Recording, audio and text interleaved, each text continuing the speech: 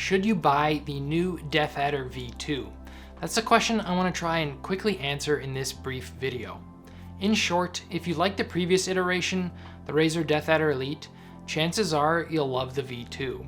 Razer has made some minor yet significant changes to it, and they all seem to be for the better.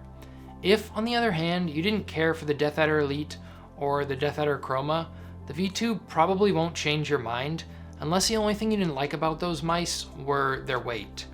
On my scale, I measured a 15-gram weight reduction going from the Elite to the V2.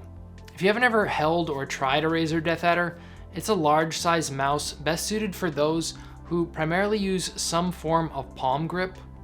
Now, I have 20.5 by 10.5 centimeter hands, and I found the best combination of grip for me to be a hybrid of claw and palm, but due to the DeathAdder's large size, it forces me to use a primarily palm-dominant grip, which frankly I don't care for.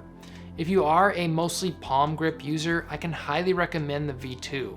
In my opinion, it's easily Razer's best DeathAdder to date. Now, I'm not gonna go into too much detail about the updates to the current generation. This mouse has kind of already been covered to death by other channels, but I did want to just briefly go over them and give you the bullet points.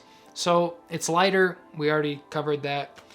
They did change the shape a bit. The front flare has been reduced a bit, particularly on the right side, and I think this is a great change. It makes it a little bit more like the Razer Mamba. The buttons are now optical, whatever the hell that means. They don't feel particularly better or worse compared to the previous generation. The buttons were already pretty good on the DeathAdder Elite. The cable is greatly improved. It's much more paracord-esque now. And the scroll wheel is fantastic. This was kind of a surprise to me. Definitely one of the best scroll wheels I've come across on a gaming mouse. The steps are well defined and there's great tactility when scrolling. The sensor is technically better, but not in any real way that matters.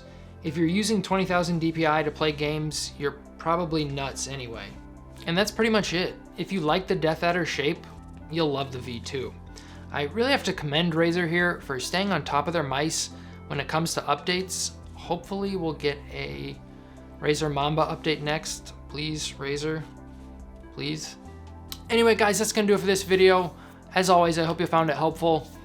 Feel free to leave comments and feedback below. And if you have any questions, I'll do my best to get back to you. Take care.